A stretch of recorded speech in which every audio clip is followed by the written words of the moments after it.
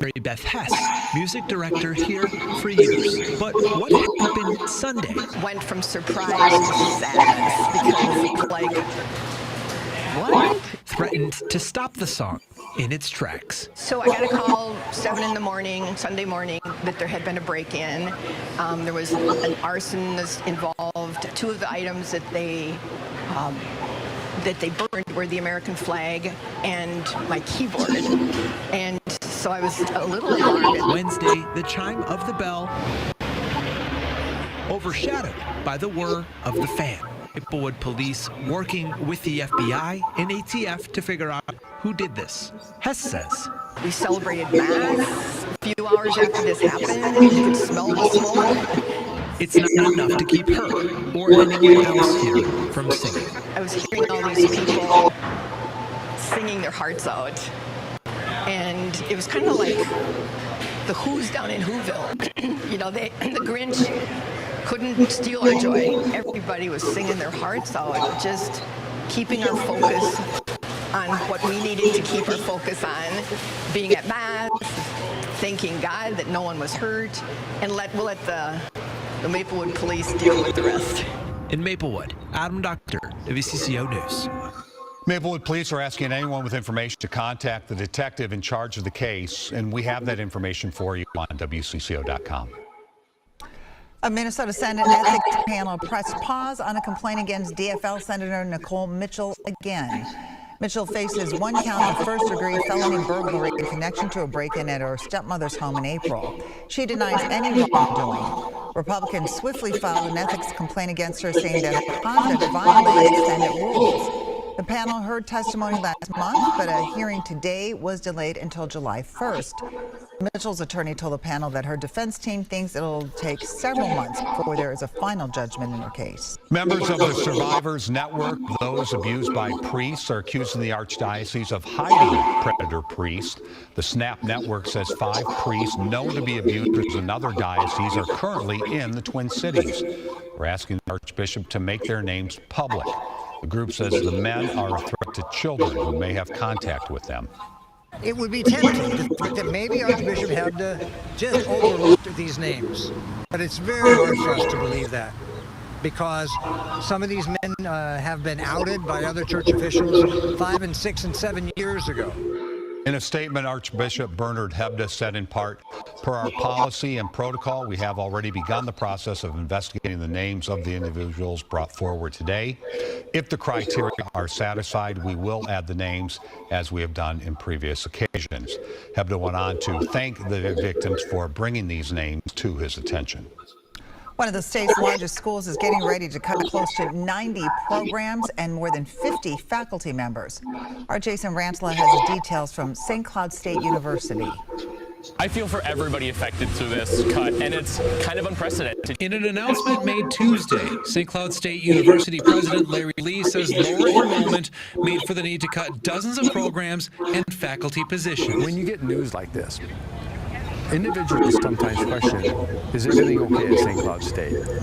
The answer is yes. Impacted programs include physics, sociology, and several music majors. The Save the St. Cloud State University Music Department petition, which has more than 3,900 signatures, says, quote, the Department of Music was hit with massive and disproportionate cuts. In some of those courses, just looking at the cost of the instructor teaching a course, every time a student signs up for a class, we lose $1,100. Lee says the program cuts impact just 8% of students. A school spokesperson writes that there are currently 26 students enrolled in their music programs as of last spring. Lee says the school has suffered a $32 million shortfall in the last 2 years. At first, I was kind of taken back, kind of shocked. I was not prepared for my program that I've worked so long for to get cut. Greg Bertrand just finished his master's program in educational leadership and technology, one of the programs that was cut. As I really started to evaluate, I think, the university, I understand why my program was cut as a whole. Because if you want to help it stay afloat, you kind of have to trim those branches. Lee says the cuts will allow for better investment in the university. But the St. Cloud State University is a strong university with a bright future. We're just in a difficult moment now, aligning our expenses with our revenues. In St. Cloud, Jason Rantala, WTCO News. School president says that students already enrolled in programs that have been cut will be able to finish their degrees. They can be noisy and cause traffic problems. But they're also convenient. Now, St. Paul leaders are talking about the future of drive-ins or drive-thrus in the capital city. We'll show you what they're thinking about. And a deadly tornado devastated a Wisconsin community 125 years ago. A look at the damage and what made it through the storm. As we head to a break, we're sharing another moment in Minnesota history as WCCO celebrates 75 years. Vikings fans will remember this one from 2018. Case on a deep drop, steps up in the pocket. He'll fire to the right side, caught by Diggs. Stay alive! Oh my God! 30, 10! Minneapolis Miracle! Stephon Diggs and the Minnesota Vikings have walked up on the New Orleans Saints. It's a 61-yard Minneapolis Miracle.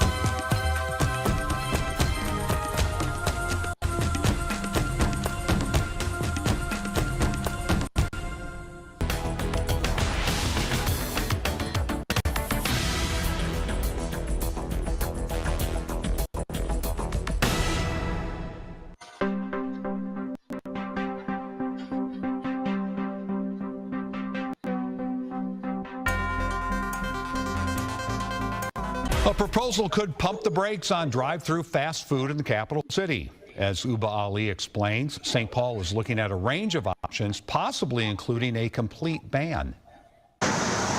When it comes to convenience, A drive-through is as easy as it gets. Over the lunch hour, this Taco Bell off of Snelling was packed. There's a reason that people use drive-thrus. But moving forward, St. Paul City Planner Bill Dermody says this service model doesn't align with the city's plan. Our long-range plan for the city is for our new development to be generally more pedestrian and transit-oriented, and drive-thrus are, generally speaking, contrary to that. At a public hearing Friday, folks in the restaurant and hospitality industry pushed back, citing a loss of revenue. This amendment would take away that choice from customer who is, let's be honest, just going to drive to the next city to get what they need. While others gave it the green light. Get rid of drive-thrus to support small businesses, equity, safety, walkability, climate action. We can do that in St. Paul too. This map shows all the drive-thrus in the city. Important to note, the proposal would only impact new developments. City leaders are looking at a range of options, including new design standards. Increased queuing lengths, so more room for cars to back up on the site at a drive-through window, or safer pedestrian connections to the sidewalks along the street. Even looking to Minneapolis's experience since banning new drive-through facilities within city limits back in 2019. Stay tuned, and we'll see how the Planning Commission wants to move forward in August. Uba Ali, WCCO News. The Planning Commission will not make a recommendation to the full council until at least August. Well, it remains the deadliest tornado in Wisconsin history. On this day, 125 years ago, a tornado ripped through New Richmond. The entire city was crushed to the earth, according to one account. It hit around 6 in the evening, killing 117 people and injuring more than 100. The tornado was on the ground from one end of town to the other. With all the damage, there are also some incredible stories. The altar Bible at the Methodist Church was discovered in the field a couple of years later up near Deer Park, which is a little over 10 miles by as the crow flies. And it looks untouched. It looks amazing. A large number of people had come to New Richmond that day to see the circus. The tornado launched several rumors about wild circus animals on the run, but none of those stories are true. He did it again. The Twins did it again. A soggy but productive day at Target Field. Next in sports.